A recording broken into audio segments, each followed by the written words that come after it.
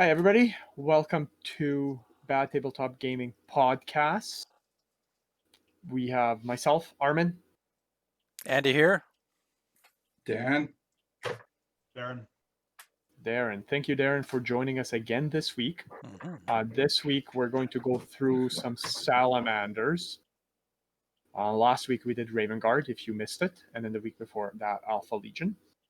In addition, we didn't really receive any questions about Raven Guard. So if you do have questions, please post them underneath, and we'll address them. I think we can kind of get started right away. But before we do, I'd like to thank Tony at Hammerhead Games for sponsoring us, giving us a. You can go on his website and you can actually get some bad branded merchandise, as well as that. There you go. There's movement trays. Actually, one sec here. I'm going to reach over to the movement tray here. Not movement trays, but carrying trays. Army trays, yeah. Thank you. Yeah. It's Very really useful. nice. I mean, honestly, you don't have to get bad ones either. You can get anything you want. You can get your own, but get the bad ones because they're badass. And then thank you to Matt from Pop Goes the Monkey. Bill's been posting a few pictures of some of his stuff that he sent us. I'm not into 40K, but it looks really, really cool. So check out our Instagram page, and then you'll be able to see that stuff on there. He's got 40K, 30K as well, so check it out. He does, yes. Yeah. Check it out. Okay, I think we're ready to get started, right? You betcha. Yeah. Okay, so Salamanders. Okay, so we have Darren play Salamanders, and Andy actually just got into Salamanders as well. So it's kind of nice that we've got two Salamanders players, one brand new, and one probably, Darren, that was one of your first armies? As soon as the book came out, yeah. There we go. So 40K, and then as soon as the Horus Heresy came out, I had them first day. Can you tell us what drew you to play the Legion? I really like their aesthetic. Like, I like their look. As many of you know, like, we're from the Edmonton area, so the Edmonton Eskimos football team are green and gold, so that definitely attracted me. The color right off the bat. I just love the idea of just all the flamers, all the meltas, burn, burn, burn. The fact that they're master artisans, I love that. Like, yeah. So I just really, really, really got into that. Yeah. What about you, Andy? Cleanse with fire, man. I love that stuff. Like they're the smithies of like 30K, right? So I was reading one of the novels, but just the description of the character actually interacting with like the populace of the planet, and like they were both, smithies, pretty much creating the armor, creating their weapons, and everything is just like masterclass kind of thing, right? But another thing too is I've been doing a lot of MK4 armor, so the MK3 armor is going to be a nice change, and finally being able to actually like hobby wise do like the green that they have with the flames and everything too, and they're also the units are pretty hard, right? Very kind of simple aesthetic to them. Just go in and hammer something away. You know what I mean? So I kind of went through the paces of trying to choose another legion, and right back to a loyalist legion. So, but yeah, I think they're going to be pretty fun once I get them going there. Let's talk a little bit about their army rules. Can you guys tell me about those? Like what bonuses they get? You can go ahead. Yeah. Go ahead, Darren. So Strength of Will. All units with a special rule automatically pass fear tests they're called upon to make. Reroll a single d6 when morale or pinning checks are failed. So they are super hard to break in combat. Nice. The Promethean Gift. All hand flamers, heavy flamers used by models with a special rule gain +1 strength to their listed profile.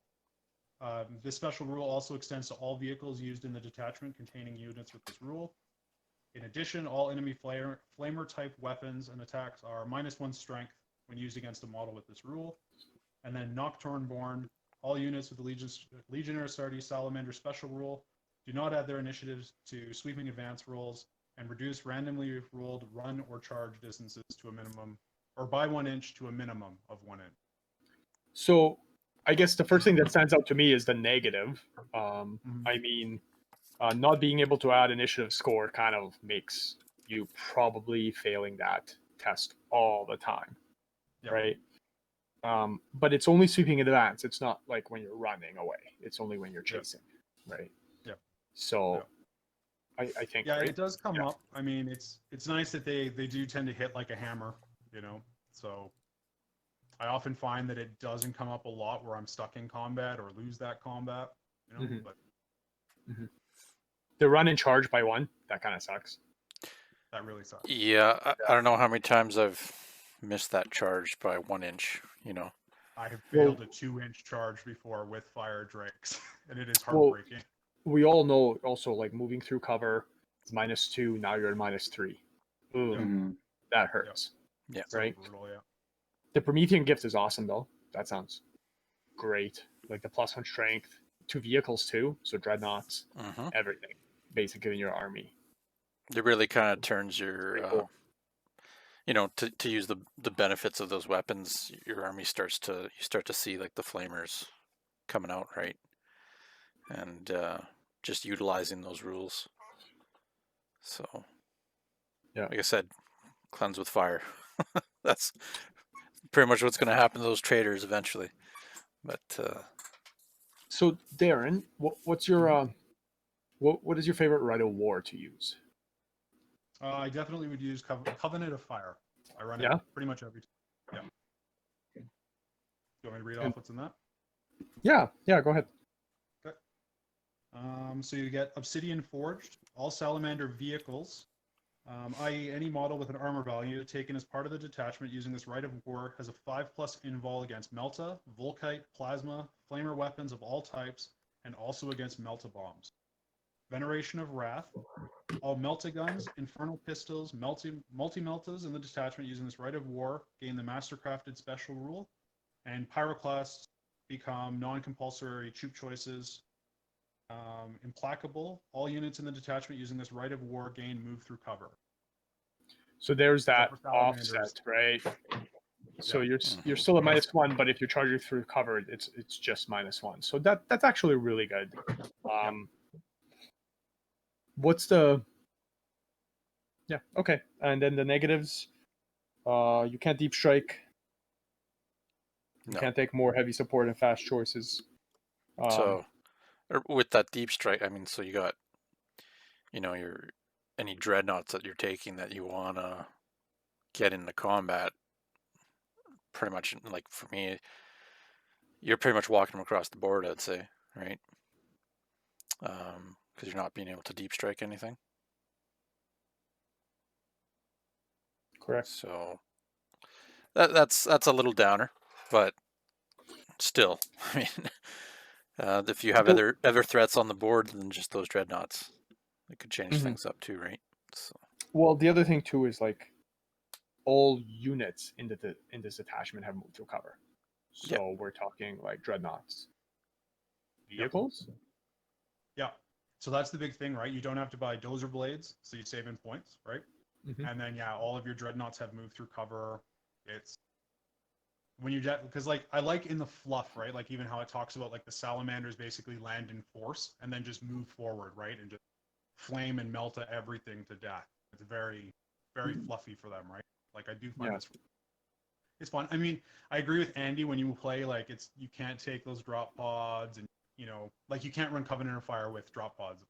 It's just, it would be nice to drop in, because when I play 40k, I love dropping in and just flaming squads to death. You obviously can't do that.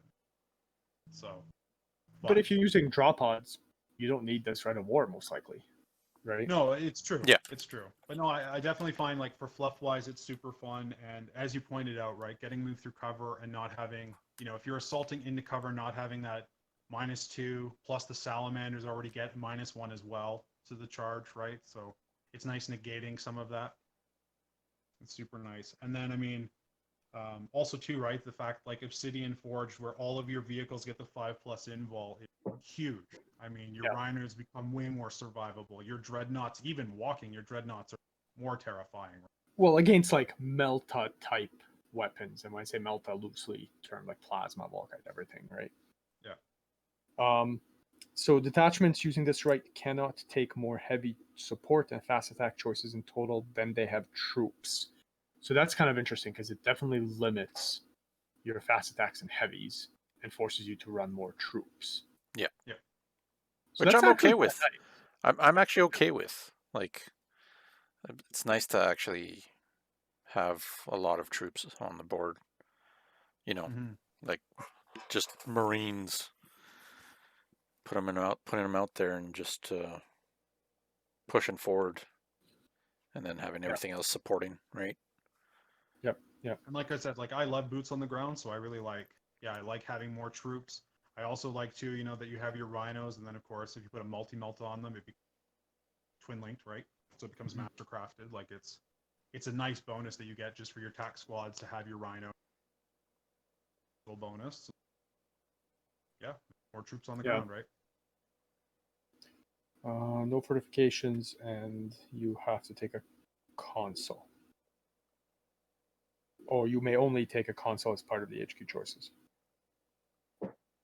With the exception of Legion Champion. Okay, that makes more sense. Yeah, so you're limited, right? You can't take more than the one console. Yeah. So. Yeah. But what about the other one? The other one's a big deal. The other Rite of War? Yeah. Book 6. Yeah. Book 6. So. Yeah, the Awakening Fire. So this one, Devils from the Dark. So infantry models in the primary detachment using the Rite of War, Legion Astartes, Salamanders, cause fear. So that's interesting. Not only do they immune to fear, but they cause fear. Onto the fires. In the missions that make the random game link scenario special rule, the Salamanders player may declare the game to be played for one more game turn should the role indicate it ends. Cool. There's a couple other armies that kind of do that too, right? Is it Dan? The Iron Warriors and Imperial Fists kind of do that similar thing? No. If the Iron Warriors, the Iron Warriors and the Fist, the opponent can choose to go another turn. These Salamanders say that you can actually go another turn. Okay. If they choose. So yeah, I guess that can kind of push the game to maybe in your favor, right? Yeah. Fury of the Salamander. So librarians in the party detachment using the Rite of War have access to the Fury of the Salamander psychic power, see below. This counts as a pyromancy power and may be chosen instead of flame breath and alternative Primaris power, so long as the librarian meets the requirement for the psychic's focus special rule. So this Fury of the Salamander, it's Warp Charge 3. It's it's a beam, and what it is 18-inch range, strength 5, AP 1, assault 1, elemental horror. So elemental horror, what it is that units that suffer casualties from this power must take a morale check regardless of how many casualties are actually caused. The test is made with penalty to the target's leadership value equal to the number of wounds the unit lost. So it's assault 1. Yeah. So wouldn't it be -1? No, if they beam, right? It's a beam weapon. Oh yeah, it is. Yeah, sorry. Yeah, you could hit multiple. Okay, yeah. Models, right? So it's an interesting one. I mean, the AP 1 is nice for using librarians. I haven't really used librarians in my other army, but might try it out, see what it's like, do some testing, right? I know Darren doesn't play that one. He doesn't care for his librarians. Anti-psyker. I don't like them. Don't run them. Just. I find that in our group, at least here in Edmonton and surrounding area, we don't see a lot of psychers. Like, unless somebody's playing Thousand Suns, you just don't see it, right? So I wonder if that's just, Horus Heresy tailoring the game to the psychers not being like crazy good and crazy useful, or you know what, librarians aren't usually compulsory HQs, right? Right. Mm-hmm. So you have to pay extra points just to have him, and I think that's maybe why. Like, if you were able to take him as compulsory HQs, I feel like we would see more of them. Well, there really weren't much around until Thousand Suns, right? Like here in the community. Well, I mean, like Word Bearers had it, and yeah. Sorry, that's what you mean. Yes, you're right. I mean, I know Dan ran Word Bearer list at one point, and he had a bunch of strikers, but that was more like a test than anything, I think. Yeah. So okay. And then so just before, there's limitations to that Rite of War. So you have to take a Legion Chaplain.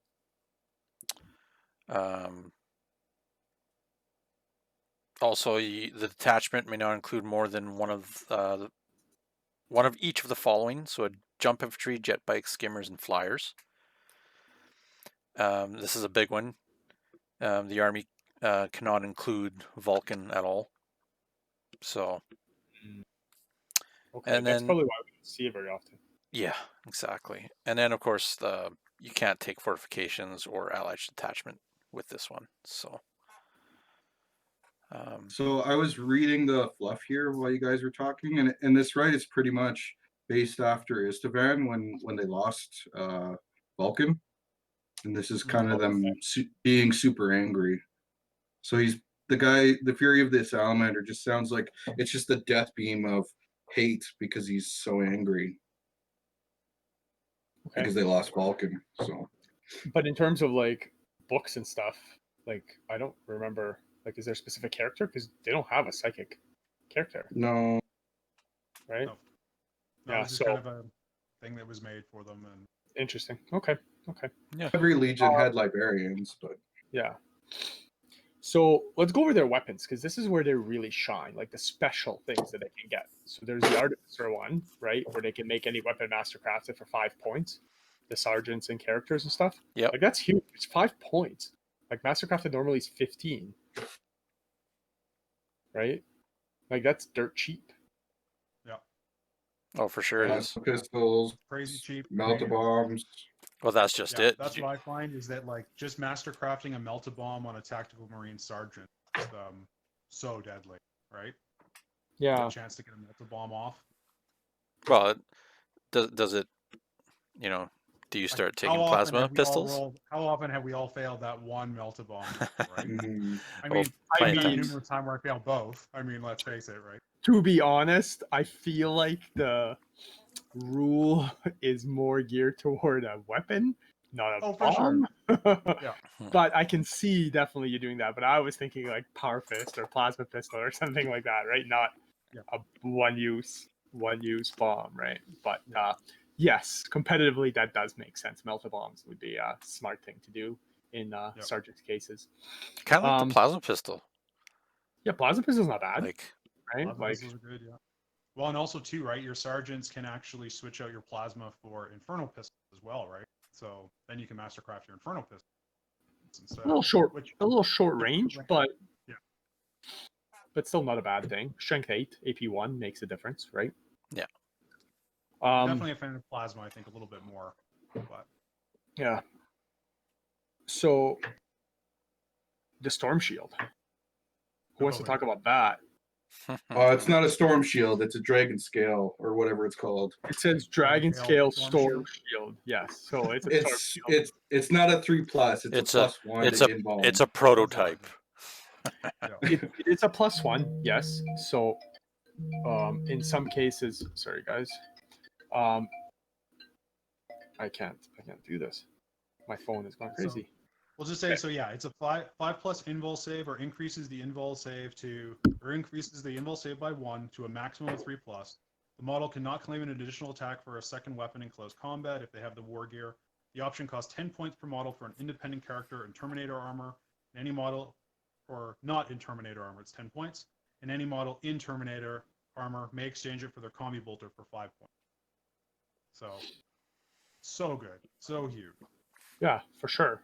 Right? I mean, like you could, and especially early in the Heresy when nobody else really had storm shields. I mean, that was crazy, and it still is, of course. Right, in game, There's not a lot of people, like in game still terms. have them. I mean, we'll go over the Terminators, right, in a couple of minutes. Just hold on. But like, yeah, they're basically like, those storm shields are amazing, right? And you can give it to all your characters, independent characters, sorry. And then yeah, so I mean, it's really, really nice. But they have to have Terminator armor, right? You can't just give it to a non-Terminator armor. You give it to independent characters for 10 points. So if you equip them with an Iron Halo, with 4 plus invul, and then for 10 points, you can give them the Storm Shield as well. It's just better to give them Terminators because it's only 5 points, and you're not buying extra stuff. Yeah. But oh, sorry, I misread that. It says models in Terminator armor or independent characters. So the fire drakes, I guess, or any model. Well, you have cataphractii, right? They're in major terms. Like they're in there's cataphractii, so then you also have your Tartaros terms as well, right? Yeah. You can run those two and give them the 4 plus invulnerable if need be. Yeah. Okay, well that's great. We'll talk about those quite a bit again as soon as we start talking about the fire drake Terminators. So I have to say, I was going to say the Storm Shield coupled with the next piece, the Mantle of the Elder Drake, is so big in Horus Heresy. Yeah, right. So like the That's mantle, a big one. This is a big one, for sure. So it's a Praetor for 20 points, which isn't that expensive. No. Gains Eternal Warrior. Eternal Warrior, yeah, that's huge. So Eternal Warrior and a Storm Shield. Yeah. It's just so good. Yeah. So he basically becomes like a 3 wound, like your Praetor becomes a 3 wound. They have 3 wounds, right? Yeah. 3 wound Eternal Warrior. He's a tank. 2 plus, 3 plus. He's a tank. Yeah, like you can't be insta-killed, so you just sit there and you can take wounds. And you can take Primarch wounds, right? Like, yeah. So that's huge. Mm-hmm. That's huge. He's the guy that takes the hits, right? So do you run that on your Praetor? Yeah, when I run a Praetor, I always Mantle of the Elder Drake is always an auto for sure. Yeah. Okay. So I'll change out his weapon options and sometimes either run the Thunder Hammer, Chain Fist, or the blade. Paragon blade.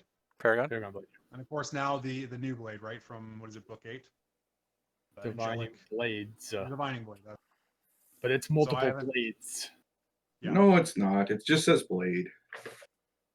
Okay. Anyways, check it. You have the book. Anyway, I just have to say though, the Salamander Praetor is I think one of the best in the game. I mean, just that Storm Shield, that Mantle of the Elder Drake, and then also too, when you look at his wargear options, and you can put him on a Scimitar jet bike and he becomes E5. He's on a Scimitar jet bike. He's basically unkillable for most of the crazy good, right? Because it's not armor; it's a piece of wargear, right? Yeah. So it's not like it replaces; it's just extra, right? So that's pretty good. Pretty good. What's the last one? Purging Flame. Yeah. Very much switching out. Any heavy bolters, twin-linked heavy bolters in the Salamander Legion detachment may be exchanged for heavy flamers, twin-linked heavy flamers, respectively at no cost. The option must be represented on the model. Any Salamander model eligible to take plasma pistols may instead take an Inferno pistol, the same cost, given in the army. Right. So that's what you were talking about. It's just just a little bit more options, right? Like I know, probably nothing like obviously game breaking, but it's not crazy. It's different. Yeah. It gives the aesthetic of the army. That +1 strength to everybody, to all your flamers and your heavy. Quite good. So let's talk about favorite units. Let's start with Andy. Let's start with Andy. Let's see what the new guy thinks. Oh, well, definitely. See, the fire drakes are they're definitely going to be my favorite. Darren? Yeah, I have to go with fire drakes for sure. Okay. Yeah, they're too good. They're too good not to take. Right? They're well, they have a lot of stuff that is too good. Right? Too good. This coming from the Alpha Legion player. It's true, right? So let's go over that. They've got 5 weapon skill, 2 wounds. Yes. And the sergeant gets an extra attack. Correct. So when you compare him to Alpha Legion Terminators, they're actually the same, except they have an extra wound. Well, and the other thing is not only his extra attack, right? But when you upgrade his Thunderhammer for 10 points, like when you upgrade him from just like a power weapon to a Thunderhammer, he gets Mastercrafted included in that for free. Right? So his hammer's 10 points, and he gets Mastercrafted, and he's base 3 attacks. He's a beast. He is an absolute beast. Yeah, and then you like if you compare him to Alpha Legion Terminators gain a Volkite, and you gain a wound. And their extra Terminators are same points. The base cost is more for Fire Drakes. They're 275, where the Alpha Legion ones are 225. So I mean, yeah, you pay that little bit of tax, but they definitely are like 40 points extra. Like it's almost, why wouldn't you get 5 more Terminators for 200 points to make it a 10-man squad, right? Yeah. Now we're talking. They come with power weapons, so you need to buy them power fists, or well, actually, chain fist or thunderhammer. Same cost. Power fist is 5 points. Chain fist, thunderhammer is 10. Yep. And then the storm shield now is 5 extra points, right? So do you want a storm shield? Yep. Oh, for sure. Time. Right, like he gets way more chance of surviving, and like 16% more, basically, from taking a wound for 5 points, right? So that's really, really good trade-off, right? Makes him quite tough with 2 wounds. Chain fist or thunderhammer. So this is something that kind of is interesting. Anytime you see the models modeled, or if you see like Forge Drilled or anything like that, they're all thunderhammers, like game terms. So I think the Thunderhammers, like obviously with the models, right? The Thunderhammers look super nice, but for me, for the same point cost, why would you not run 9 chain fists and the sergeant with the Thunderhammer for close com? You know, when he's attacking character, but your chain fists are chewing through everything and everyone. I just don't see why you would take Thunderhammer, to be honest. I personally think. Go ahead, Andy. I kind of like a mix. I think I would take a few Thunderhammers just for that concussion, right? Like, you know, if you're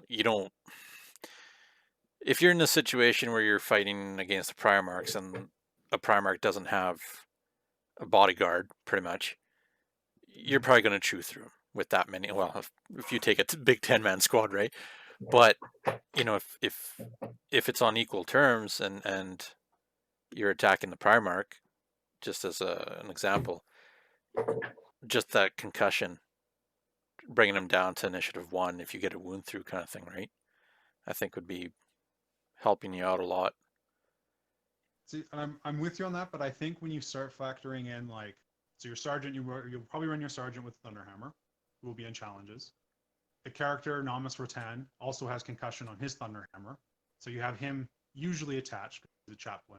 So we'll get to him in a minute. And then if you're running Vulcan as well with them, like he also has a concussive Thunderhammer as well. So for me, like that's why I find like if I'm running a big Death Star of them, and I mean that's how I like to run them too. Like I just again I like those chain fists for multi-charging, and just if they have Leviathans, don't worry about it. They have super heavies on the board and you hit them, they're gone. Like you can kill anything in the game. That's I feel like they should have maybe not even included that as an option, like the chain fist personally. Like just fluff wise, you look at it all the time, they never ever ever have anything other than Thunderhammers. Like any book I've ever read, don't think Chain Fist has ever even popped up, right? And so, like, I feel like, yeah, like it just doesn't quite make sense. I mean, game terms, I agree with Darren. I think maybe a couple more. Like if I was running a 10-man squad, maybe I'd run a couple Thunderhammers, but majority of Chain Fist, right? If you're paying the points, or even some Power Fists if you want to save a couple points here and there, right? But just overall, I think that maybe the option should have just been Thunderhammer. Like they even came with one, right? Because even if you want to keep them with like power weapons, great. But like there's no model. The arms with the dragon stuff is all. I actually don't know now what they look like. I can't think of it. Well, this is something I kind of got into. So in the I believe it's in the 40K books, like the Fire Drakes in there, like it actually talks about how like they're all Thunderhammer, Storm Shield. But the big thing I like with them is that they're so efficient at switching between a Thunderhammer and like a Storm Bolter. And I think that would have been a cool rule for them, like to maybe give them like that they're so proficient with their Storm Shields that they could switch back and forth between a gun and a hammer, you know, more points, or maybe just that, right? Like you can get their Thunderhammers and like they're all master crafted for a point. But I agree with you, like fluff wise, the Chain Fists don't really make sense, right? Like they're not in the fluff. But yeah, game wise, they're just so devastating. Like no vehicle stand. I mean, one or two Fire Drakes, right, can take out. You can kill anything, basically. Yeah. What else they got? Favorite of Vulcan. What does that do? They're just allows you to take a unit of them as a bodyguard, command bodyguard for Vulcan or for your Praetor. Yeah. And then the other nice thing with the Fire Drakes too, right, is they have implacable advance. Like your Fire Drakes are scoring as well. So yeah, not only are they devastating, they're so hard to kill and so hard to shift. And then I mean, you can plant them on an objective, and it's pretty well guaranteed that you're claiming that objective. Yeah, like they're. I think like Darren and I have played a few games at the beginning, and like how often do you lose your, like whether you win the game or not, how often do you lose your Fire Drakes? Never. No. Right? Yeah. No. Yeah. Not I think that even many full of them. squads of 10, like I've only been whittled down to maybe like 4 or 5, and that's like a devastating fight. Yeah. I mean, it's just if you're rolling that 3+, right? They just, I mean, they have the staying power. Yeah, like they're really tough to remove, especially with other things in the army, right? Like it takes a lot to remove them, quite a bit. And I know that's one thing like people always talk about is running the librarian to give them endurance, right? So then they can't. It's endurance, right? That gives them so they can't be insta killed. You might as well play it. I don't do it. Okay, I like, will not do it. I'm just saying it's 2 keys ball, but you know, it's not. It's literally Sekhmet with Magnus here, except they're even worse. So Yeah. Like we're not gonna get into Thousand Suns yet. We'll get there, but I have games against Thousand Suns. I think not so much against you, Darren, but I think other Salamander players where I was able to remove Vulcan and the Fire Drakes. But they make a couple of mistakes, right? They assume them invincible, and then they play them so as if they're their whole army. Right, and you can tell almost in the way they build their army, and in the way they're like they just assume that they're going to do everything. And I mean, they're going to do a lot, but you still need to get there. If they get there, yeah. If you're running a Spartan, for example, they have a good chance. But there's lots of answers to Spartans, right? And if you don't play it right, you could end up walking most of the game, and in that case, like you just got to avoid. And that has happened. I mean, like. When we first started playing, I remember playing World Leaders against Salamanders, and it was literally destroy their transport that's all the way across the board and just avoid them, right? Yeah. And I mean, still, they're probably going to get on an objective. If it's an objective-based game, you're not going to remove them, but they're not doing damage. That's still a pretty expensive squad with Vulcan and the Chaplain. Like you're looking at like 1,100 points, right? That's half your army almost. Yep. With the Spartan, so that's what I find is like one of the most common mistakes, I think, is like when people, as you say, right, they think they're invincible and they put them in a Spartan and they're like, no one's going to pop the Spartan. And I'm amazed how many players will take that 1,000-point Death Star in a Spartan and will move up 6 inches on the first turn to fire those las cannons. And it's like, you're not taking the Spartan for the las cannon. You're taking the Spartan to deliver that unit into the middle of someone's line and crush their entire army. That's what it's there for. It's like move the full 18 on turn 1. That's what you want to do, right? Like, don't shoot, just go. Deploy right on the line, go. But I'm amazed how many people sit back and kind of wait, and how many, and then that's what happens, right? They get their transport popped, and then they're walking, and they're slow. And I mean, you just avoid them, or you just, you shoot them from afar the whole game, and that's it. Can somebody show the fire drakes? I don't know how to do that. No, nobody can. It's okay, because I know Andy's recording. I don't know how that works. I might be able to. So, just give me a second. So fire drakes are auto take, right? Auto take, for sure. Right. What about the pyroclasts? Because they're like a heavy support choice, right? Yeah, they're heavy support unless you take Covenant of Fire, and then they become non-compulsory troops. So they are super fun, but I mean, where do we start? So they all kind of like, so it's nice, right? Weapon skill 4, ballistic skill 4, basically 4s across the board. Only 1 attack unless for the Pyroclast Warden gets 2 attacks. Leadership 9, and like I say, they're all in artificer. It's nice. They come with a combat blade, frag and crack grenades. One of the nice things they have is called Mantle of Ash, and so their finely wrought artificer plate has Ophidian. Anyways, basically their armor is really good, and they get a 5+ against flamers, plasma, melta, and volkites as well. Their flame projectors are really nice. That they get the flame templates at strength 5, AP 5, assault 1, or they can focus it into a melta beam, which is a 6-inch range, strength 6, AP 1, but of course it has melt. So that's really cool. You can kind of kill things from close range, right? Mm-hmm. Like if somebody gets close enough to you with Terminators or something like that, you can actually threaten them. Yeah. And it's not like it's a heavy weapon, it's assault, right? Or if you get close enough to a vehicle, but usually like you're thinking, another unit of Terminators or something close combat that's going to come to you, you actually threaten them. So people have to pay attention and worry about it. And you like to run them in rhinos, right? So it gives you that 18-inch threat range, right? Yeah. So they can't take rhinos. Right? Well, they're dedicated. No, their dedicated transports are Land Raiders, which is expensive. But what I will often do is I will run my tactical squads, right? And if my tactical squads are out of my rhinos, I will try and pick up my Pyroclast and then run them up. So you'll it's just obviously it makes them slower. They can't assault. And then like one of the other big benefits of them is that the entire squad can take melta bombs for 25 points. So if you're running a unit of say 10 Pyroclast, they all have meltas, flamers, melta bombs. Mm-hmm. It can be a very tough unit. They can be good, but yeah. It's just for me again, taking them versus taking fire drakes. I want to put the points into fire drake. Playing, Zone Mortalis, Centurion, stuff like that. I think Pyroclasts are super fun. They're fluffy. They're great. The models are amazing too. But yeah. I mean, if you're gonna point sink it, fire drake. Don't get me wrong, though.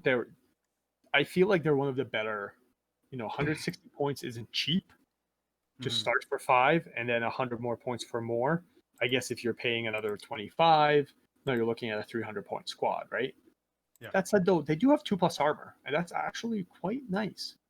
Mm-hmm. And that possible 5+ invul too, which is nice. That's right. So most of the stuff won't really be penetrating their armor, and the stuff that will, you'll probably get a 5+ invulnerable save against it, because most stuff for AP2 is like Melta and Plasma and stuff like that. So no, I really like them. I feel like they're not your auto take, but they're very strong, especially in this case troop. And if they're a troop, that means they can score, right? Yeah. So they'd probably be really good as a defensive unit too, right? Sit on your objective, wait. If something gets too close, you have an answer for it. Unfortunately, you have no long range weapons. But if you sit back, you can kind of, defend something. Mm-hmm. Right. They're not your. Well, that's what I'm saying. That's how I like them, right? I like them to defend the objectives or defend artillery, and then if I can, like I said, depending how the game's going, that's where I try to, bring up a rhino to put them in if I need to move them up the board. If I don't, then I leave them camped on that objective or defending that unit, right? That artillery unit, something in the back. You were talking about That special chaplain. Nomus Dracos. Raton. Oh no. Yeah, that guy. Yeah. So yeah, you want to talk about him first? Yeah, let's do it. Okay. So He's yeah, awesome. Nomus Raton is 215 points. He's weapon skill 6. Basically, the rest of his stats are 4 except 3 wounds. Initiative 5, 3 attacks. He comes with Artificer armor, so he's in 2+. He has an Iron Halo, Frag and Crack Grenades, Dark Star Falling, which is his Thunder Hammer. We'll get into that in a second. He comes with a Combi Flamer, Bolt Pistol, and Mantle of the Elder Drake. His special rules are that he's an independent character, Zealot. He gets the Salamander special rules, Master of the Legion, and Keeper of the Keys.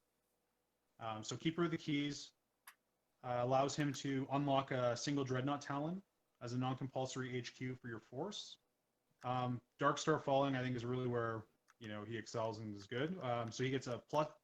So he's strength 4. He gets a +2 strength, so becomes strength 6 Thunder Hammer. That's AP2. Armor Bane, concussive, but it strikes at initiative, which is amazing. That's crazy.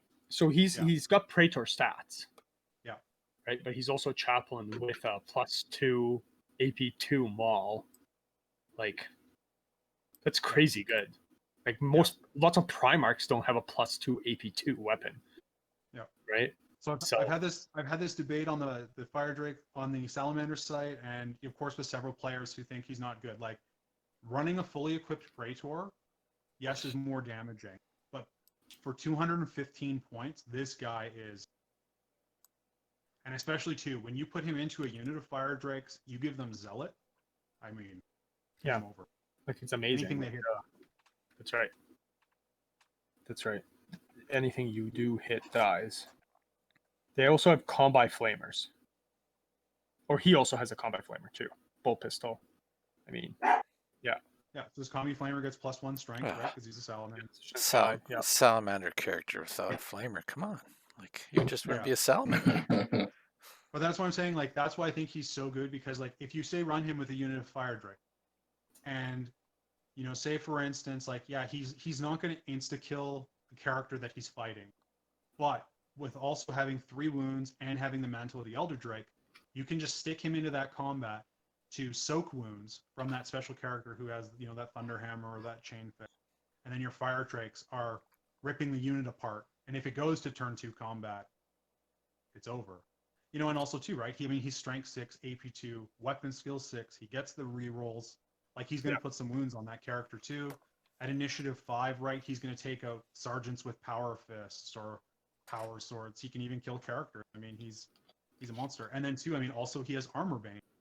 Whether you're attacking a tank or you need to break him off for the unit to go, in the last turn of the game to kill something, like, he can do it, right? He's a jack of all trades, right? He's really, really good. He's like one of the, I don't know if there's any other named special characters that actually have the option for another upgrade, like the Mantle of the Elder Drake.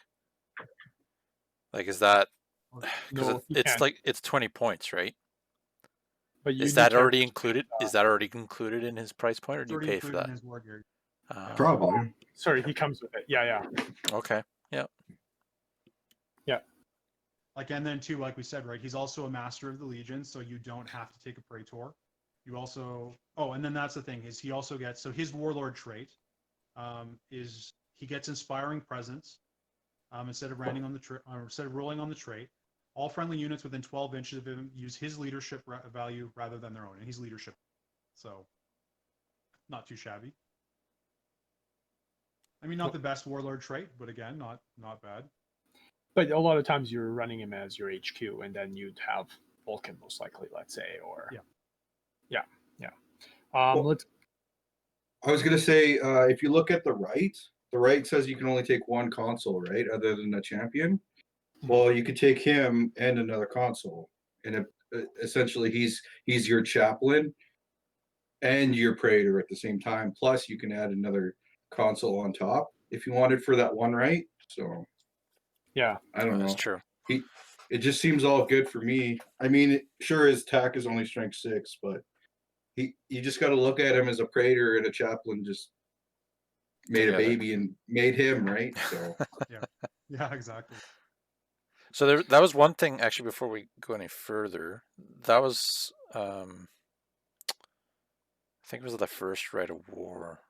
Or no, sorry, it wasn't the first Rite of War. But there was some restrictions to the actual army for units, right? So the Mortar consoles and destroyer units. Oh yeah. Oh, yeah. So the Salamanders can't use those units, or the dirty Phosphex weapons, right? So it's like the Salamanders are pretty honorable legion, so they kind of disdain from using those kind of tactics and weaponry, I guess. So unlike the as Conrad Death Guard points out, right? Like you have a disdain for, Phosphex, yet you'll burn an entire civilization to the ground, right? Well, yeah, cleanse with fire. But yeah, kind of interesting. They're like the only legion throughout the whole fluff that actually cares about humans. Like, and we talk about ultramarines, blah blah blah blah blah, but salamanders will actually sacrifice themselves to save humans, as opposed to ultramarines will always look at the greater good. Salamanders won't always. They definitely are the noble legion. Yeah, like they'll sacrifice a whole unit to save one human. Yeah, yeah. Where you think that's where Marines should be? All of them? No, but they're not. Right? It's greater good in a lot of cases. Look what happened when Horus got sick, and they trampled through the corridors of the ship or whatever and killed all those humans without even a thought, right? Well, if your Primarch's dying, what are you going to do? You're going to trample the little guys underneath you to get them to the med bay. Oh, that did for them, right? To each their own. You could have just used the teleport. But... Right. So yeah, I mean, in the game, right? Like it's hard going with that, like, I don't know, kind of that military victory. But I mean, like you have to like that about the Salamanders, right? That they will save cost. Yeah, I think it's really nice. It's nice fluff, right? Well, if you read Vulcan Lives, he yells at this woman once, and he cries about it the whole book. Yep. I don't remember. He's emotional, man. Well, that lady that got killed by the Eldar at the beginning. Right. Yeah, he yelled at her because Conrad was getting in his head, and he yelled at her, and then he kept crying about her throughout the book, thinking about how she died. Let's talk about Vulcan. I mean, there's also Casey and Draco. I mean, do you guys want to talk about him? It's a special. He's a dreadnought with 2 hand flamers. 14 I mean, he's pretty cool. We've played him before. Yeah, he's good. He's tough. I mean, especially front armor 14, he's really good. I mean, the biggest problem with him, of course, is that if you're running Covenant of Fire, you have to walk him. It is nice that units within 3 or models within 3 inches of him get 5+ feel no pain, which can be cool, So especially, right, if you're camping an objective or you're camping with artillery, it's really nice to give your artillery 5+ feel no pain, just because. Mm-hmm. He'd be cool in zone too. So yeah, he's. Oh, he'd be super effective in zone with that, right? How close quarters it is. Yeah, well, and then also too, right? So wrought by Vulcan, like he's immune to Melta, Armor Bane, Sunder, and Lance. Anything that reduces or degrades his armor doesn't work, and you can only run dice when you're rolling anything extra for armor penetration. You only get 1 dice. And he's got 14 front armor. That's right. Like really tough. I mean, don't get me wrong. You get him through the side, right? Like so in larger games, he's like an old Lehman Russ. Yep. Yep. In larger games, he's a lot easier. In zone, he's a lot tougher, right? Yeah. In larger games, you just got to know what to do. Like, don't shoot him in the front. Get him in the side, back. Strip him down with strength 6. Like, you don't need to, pen him or anything like that, right? Vulcan. Let's talk about Vulcan. I want to talk about Vulcan. I hate Vulcan. Why do you hate Vulcan? I hate his fluff. Why? Because really? Because he just doesn't die? Vulcan lives, so spoilers. Vulcan lives. Honestly, the best spoilers, okay? Like minute spoilers go forward if you haven't read the book, but it doesn't really matter.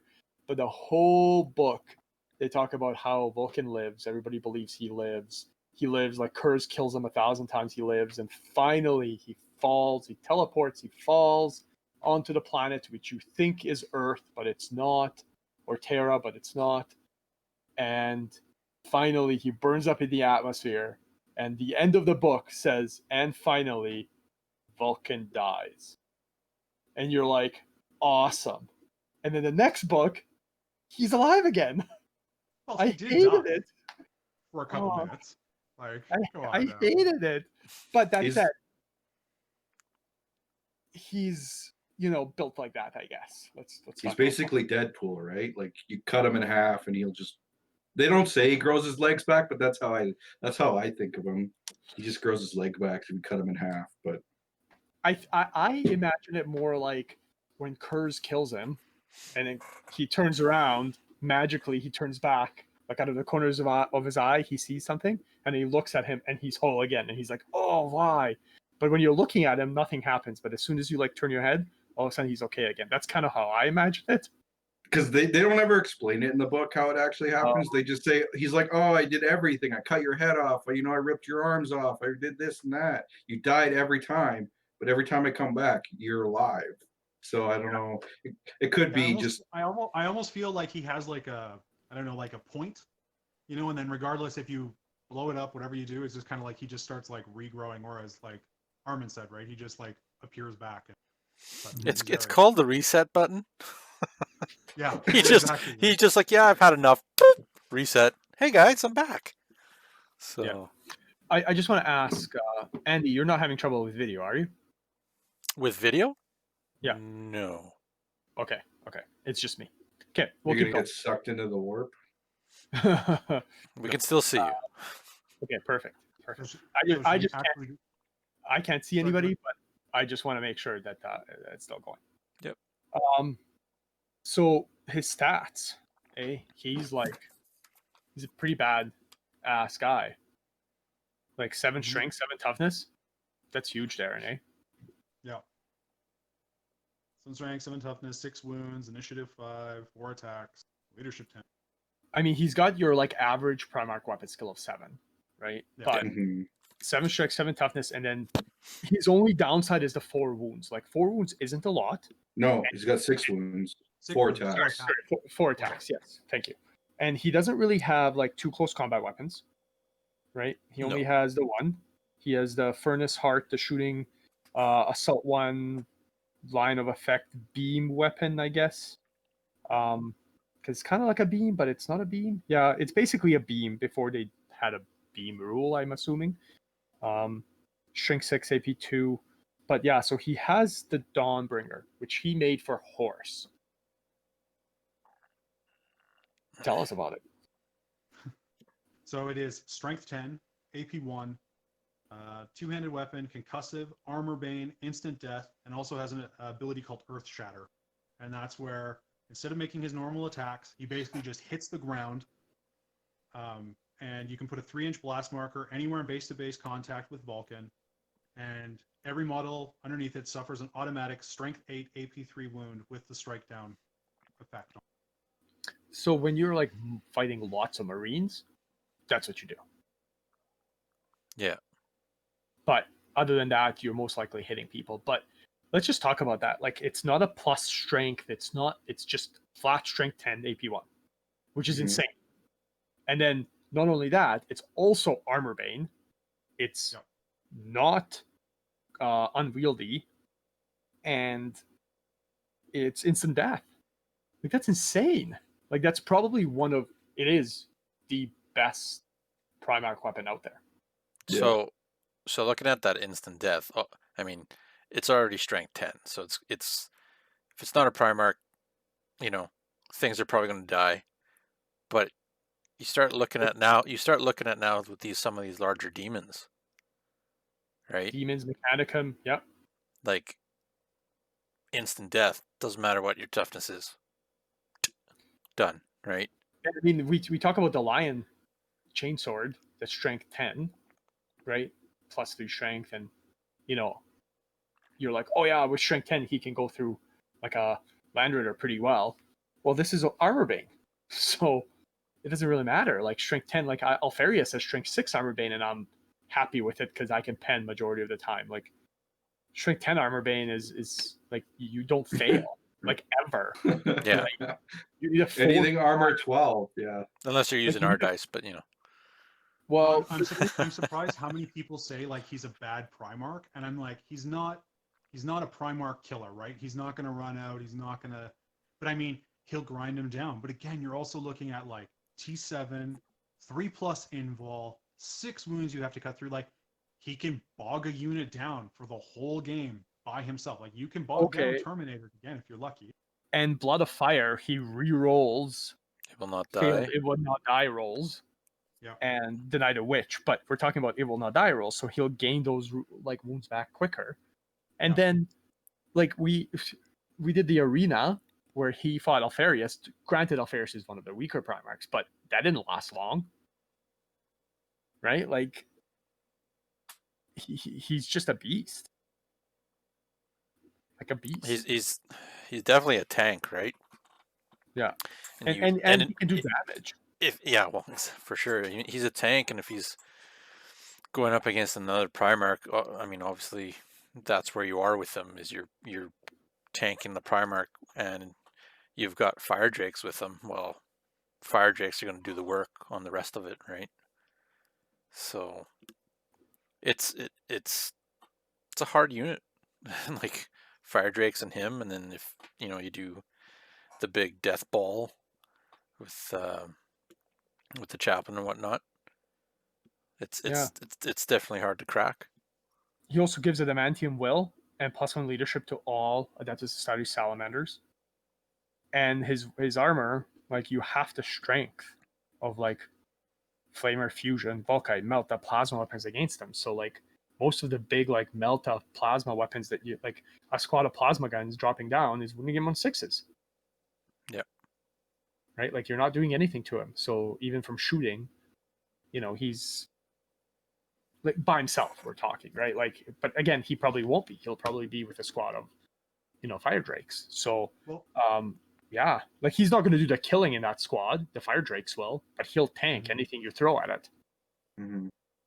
Well, the big thing I like with him, right, is that if you're running, say, him, the Fire Drakes, and Rattan, and you're coming up and hitting a line, right, and you need to, you're kind of looking at those targets, right, of like, oh, I really need to kill this vehicle, but I need to kill that vehicle. I need to kill this unit, but I could really take out this. Like, the Fire Drakes on their own can kill something or multi-charge. Rattan could kill something, or you could put Rattan and Vulcan together even, right? You guarantee like Vulcan's going to take out that super heavy in a turn because he's going to get that reroll from Zealot, right? Like, or Vulcan, like he can just go on his own because he's durable enough that he can tie up a unit or he can take something out. Like, again, that's what I find, right? Is like, yeah, he's not the best Primarch killer, but like, vehicles, smaller squads, I mean, all that. And again, like the Earth Shatter, I mean, you can run him into a 20-man tack squad, for example, and just have him smash the ground, right? And just drop that template.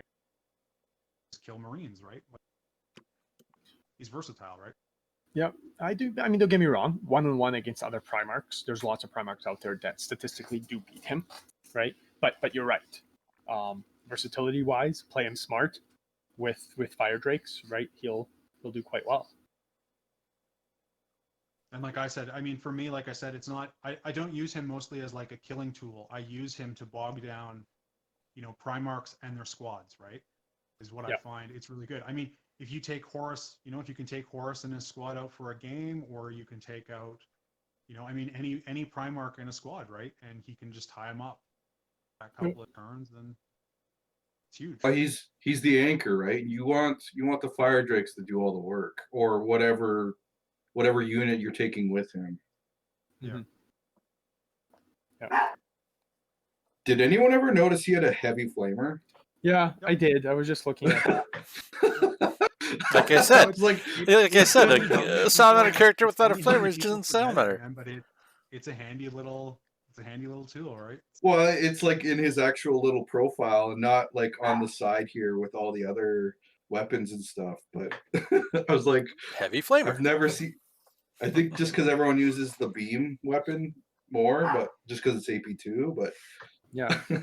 So let's talk about like a regular like army, let's say, right? Like we kind of went over, what the units are talking about, things like that. But let's Well, we got the Pyro class squad that I don't think we touched on. Yeah. What would you run in an army? Like, are we talking about Spartan, him with some fire drakes? Yeah, so for me, like I usually I just like boots on the ground, and honestly, I like running tactical squads just because it's semi-useless but fun to play. Like, I know they don't have special weapons and stuff, but I mean, I like using them for objectives. Like I said, I like using them to get their rhinos with mastercrafted multis, and just hunt terminators or hunt vehicles. I find especially when you're running games and you're just like, I'm going to run tac squads, like people leave them alone, right? And it allows you to really get them into position, or those meltas are just doing work the whole game, right? So anyways, yeah, I'll usually run them. I like running the Death Star of the Spartan, fully equipped up, and Vulcan, Rattan, 10 fire drakes if I can take them. I personally run the Master with the Mastercrafted Thunderhammer and 9 Chain Fists because I'm dirty like that. And yeah, and then usually I'll just kind of fill out the list depending on the points, kind of seeing what we have. Yeah, and I mean, like, I do really like that I find that their Legion rules give them a lot of versatility. Like, if you want to run that Praetor, like I said, putting him on a Scimitar jet bike, and then also, too, right? I mean, do you run him with a heavy flamer on there? Do you get a Melta on there? If you're just running Scimitar jet bikes as a squad, they come with the Meltas, which are then automatically mastercrafted. Then you put your Praetor in that squad as well, and they're fast moving around the board, right? Like they're a super deadly unit, or like the heavy support. Yeah, I find a lot of people like underestimate like the mastercrafted multi-meltas, how much damage they can do throughout a game, how much work.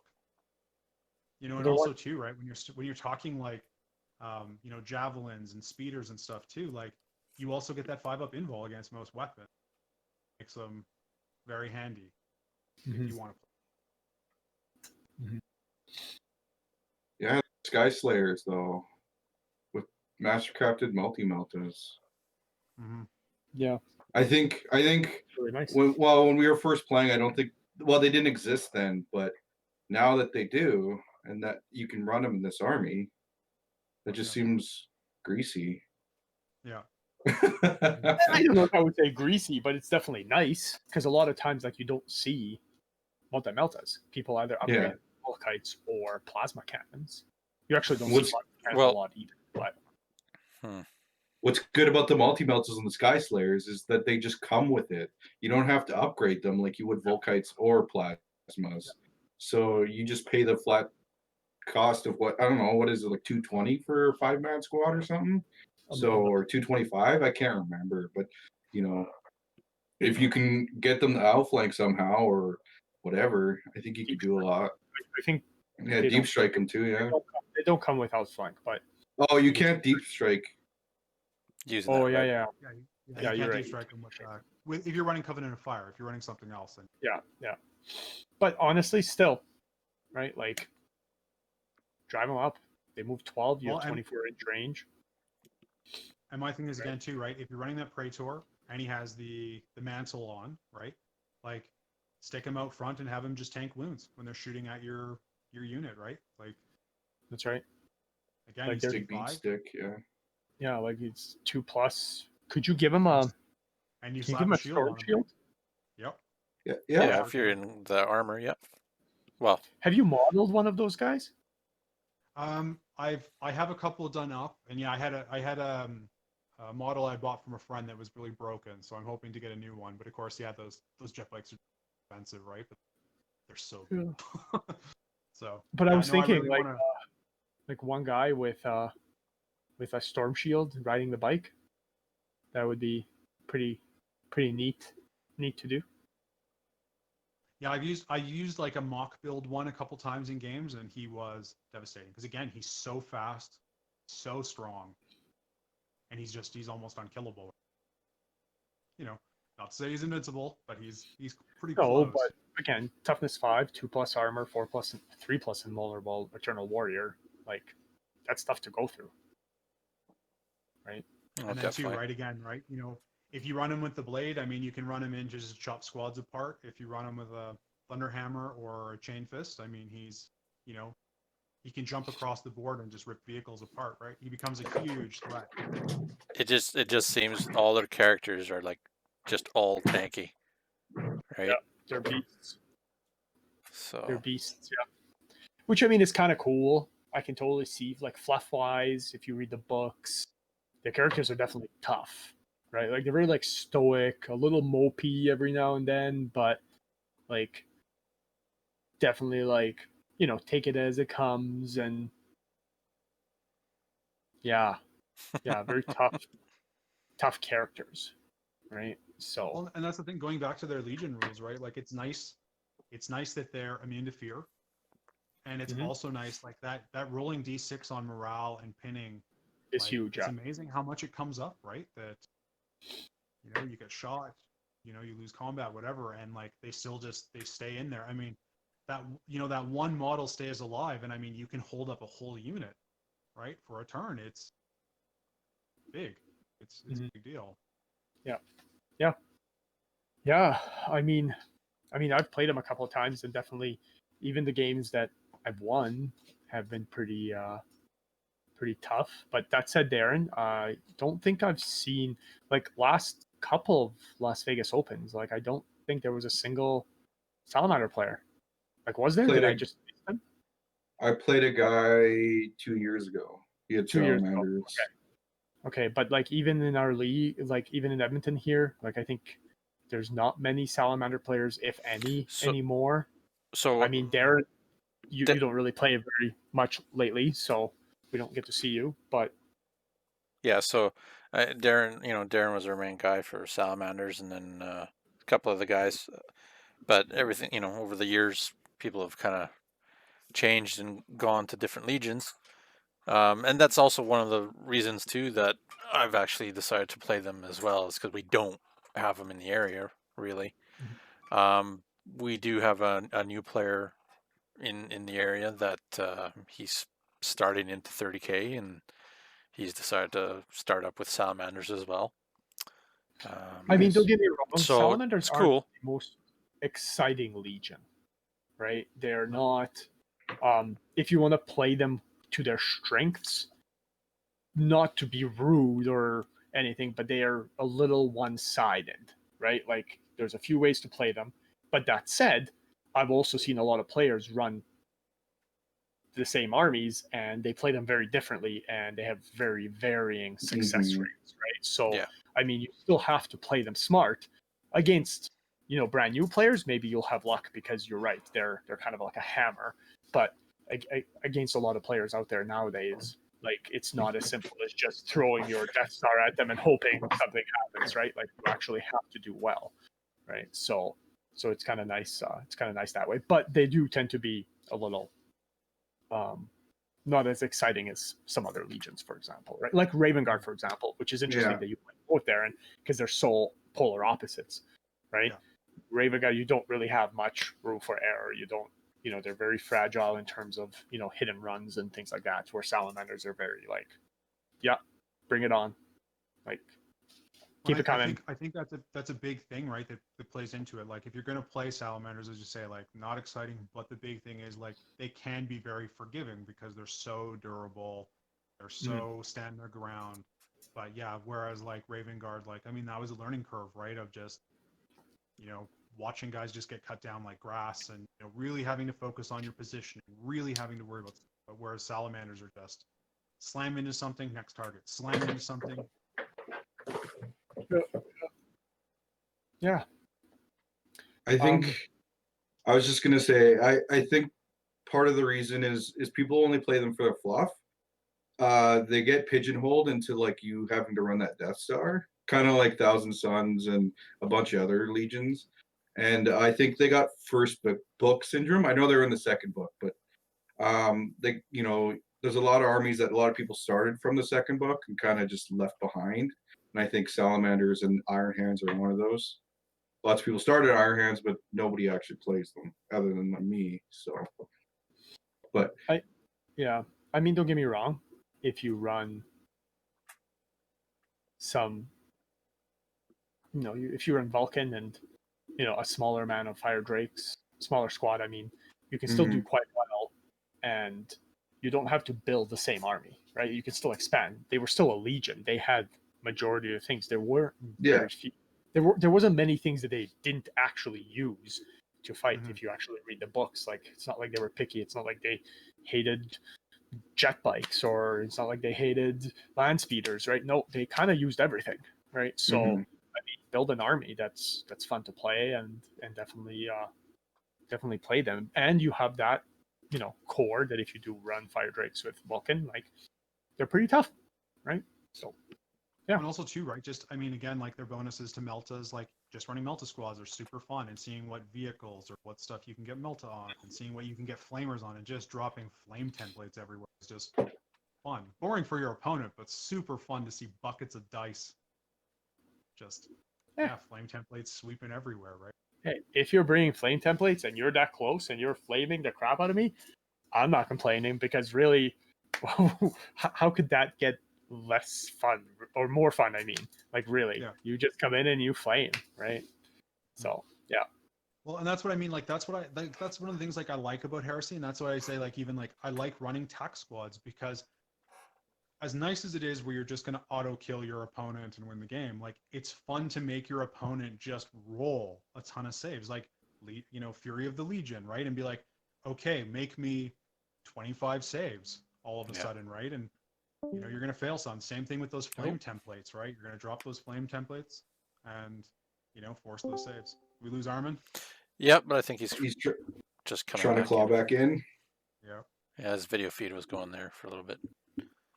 I was gonna say, in the books they talk about, because they all kind of have fire dragon skin on their armor. They kind of talk like Space Wolves when they talk about it. Your back armor. Yeah. They hunt the drakes. They hunt the drakes on their planet, right? Yeah. Nocturne. Yeah. And then they all have like dragon scales, and they all talk about it like the Space Wolves do. Oh, this guy was like this, or I killed him this way, or they'll look at him and be like, oh, you have that colored one, I have this colored one, kind of thing. And then the drakes are all different sizes too, right? Like, there's super huge ones.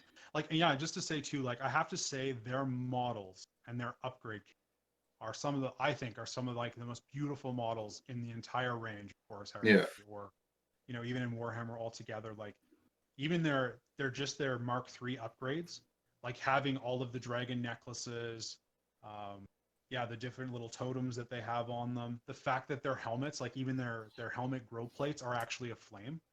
They are so nice. Their Mark IV armor, right, actually have the dragons, the skin like in the forehead, and they're just beautiful models. Yeah, it's gonna be fun to work on those, that's for sure.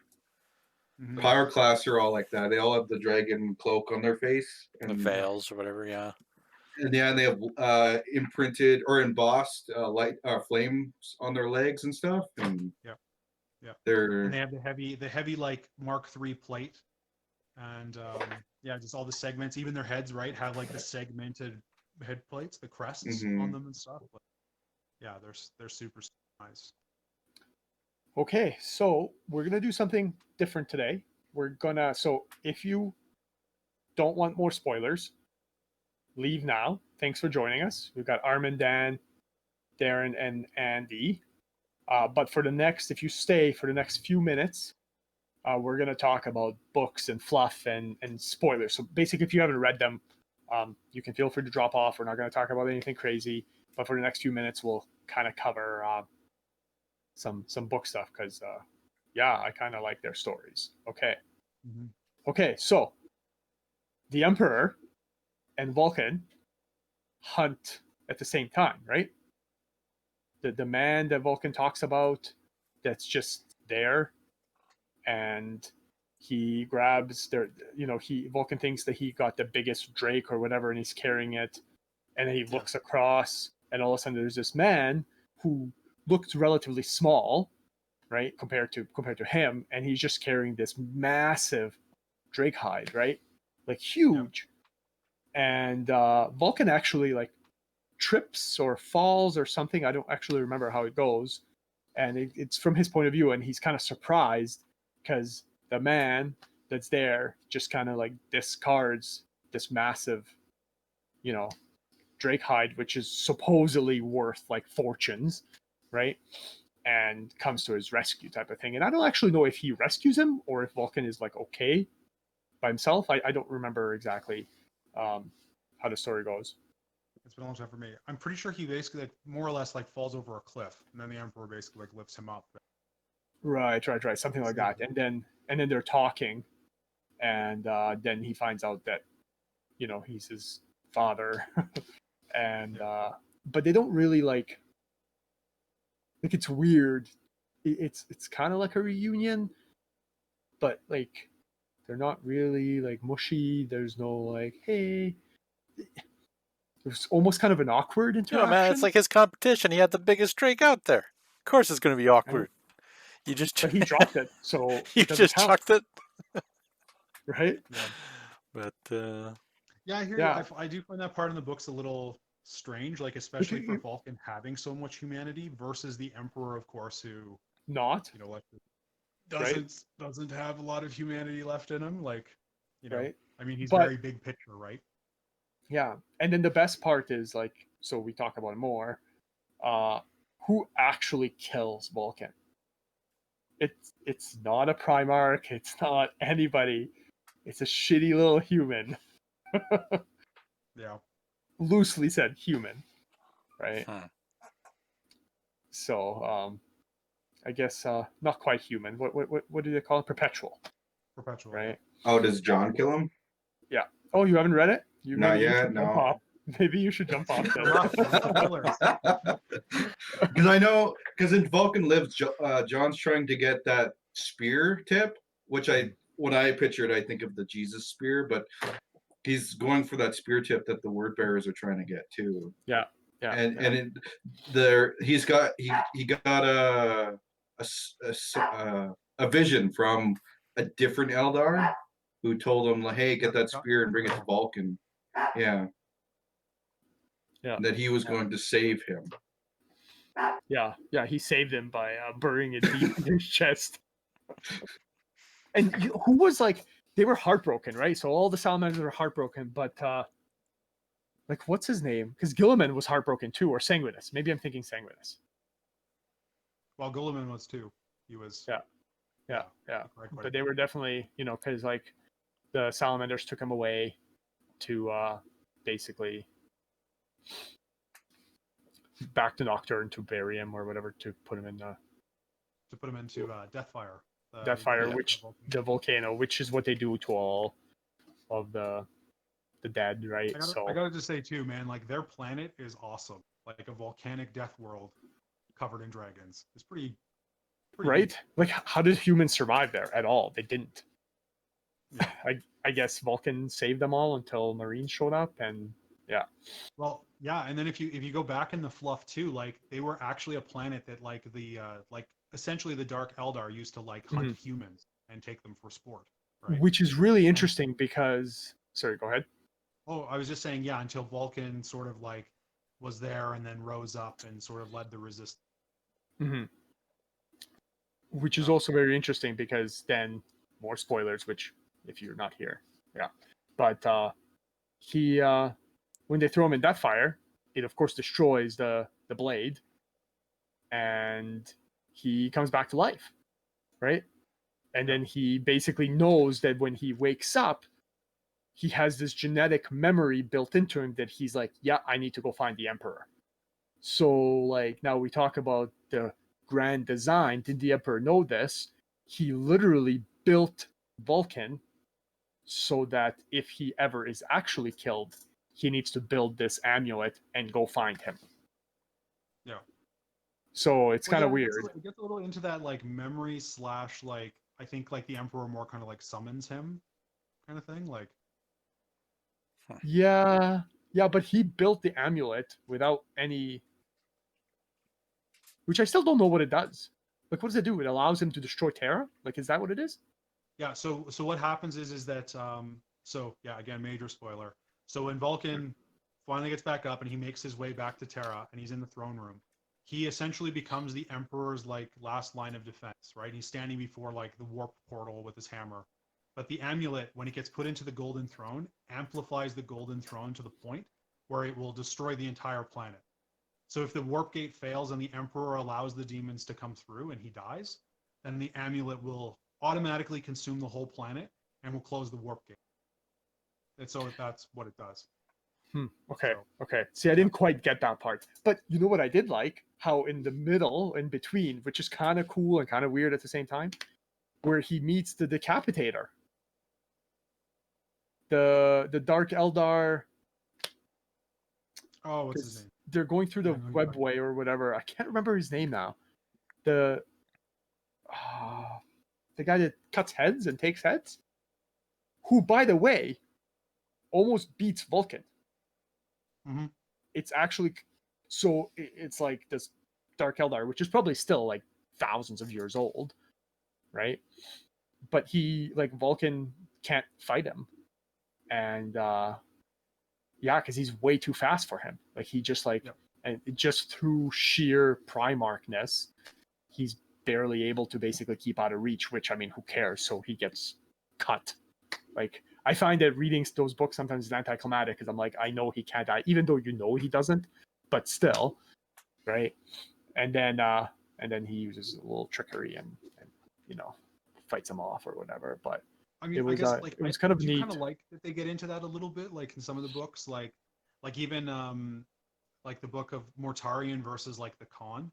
I do like that Mortarion is like so tough and so strong, and he's obviously slower than the Khan. That the Khan's like landing blows on him, but Mortarion's more just like, yeah, I can take this sword in the hip, no problem. I can get stabbed in the shoulder, no problem. And that's how he fights. And like that's what I like to think of Vulcan, is that like he's so huge, he's so strong, but yeah, I mean he's slow, right? And the Eldar guys just, lands 500 blows, and then Vulcan just grabs him once, game over.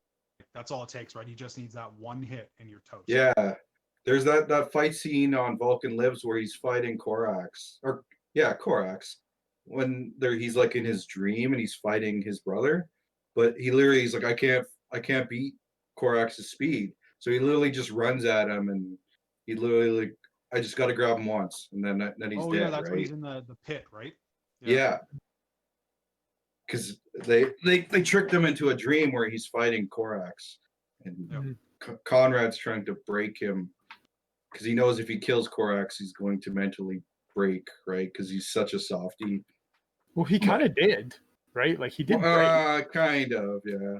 But but Korax was beating his ass so hard because he couldn't catch him or catch up. He was so much faster than him. But yeah, he literally just ran at him and took whatever punishment he did just to even grab him. That's basically the way he works.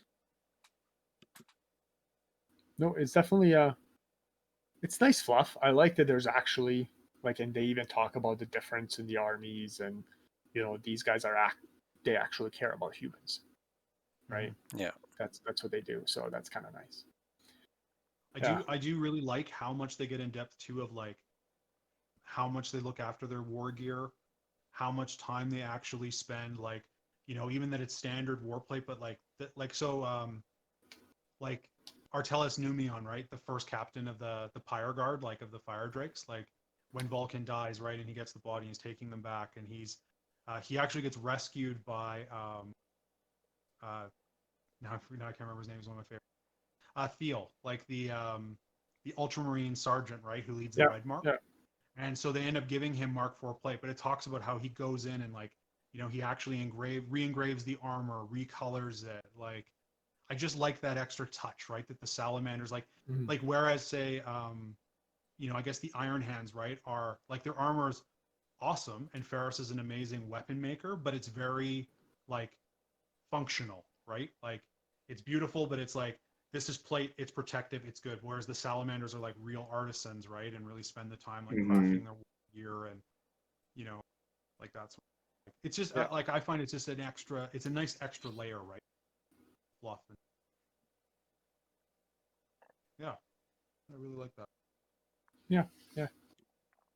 All right, I think. Should we end it there, kind of thing?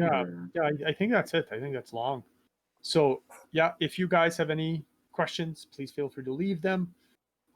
Even if you have Raven Guard or Alpha Legion questions, please just ask. You know, we can talk to Darren or, you know, whatever we need to do. I mean, even yeah. I just want to say I'd like to hear some of the the list builds that other people have, what they've had success with, and what they haven't. Right? Like, I definitely like running the Death Star, but like I said, it's it's always fun seeing what somebody else comes up with, and you're like, how did I miss that? Right? That you read Yeah. moments of. That's And amazing. So, and being, starting into the Salamanders now too, it'd be interesting to see what people are doing, what how people are running their lists and how different they are to each other, kind of thing. It'd be interesting, their thoughts behind it. So yeah, chime in, let us know, message us. Yeah. However you do it, it'll end up on here. We'll talk about it. Yeah. And don't forget to like, share, and subscribe if you like what we're doing. Comments of maybe what you like to see, all that stuff. We'll be doing more of this. So. And even if you don't like it, like, share, and subscribe. Tell us what you don't like. So. Yeah, share it to somebody as a torture. Oh, honestly, though, I feel like if they wouldn't have been listening so far. So yeah, I guess if you went through the whole hour in a bit here. Yeah, you can find us Facebook, Instagram, whatever, right? So we're all there. All right. Cheers. Okay, see you later, guys. Thanks for joining us. Yep. Thanks, guys.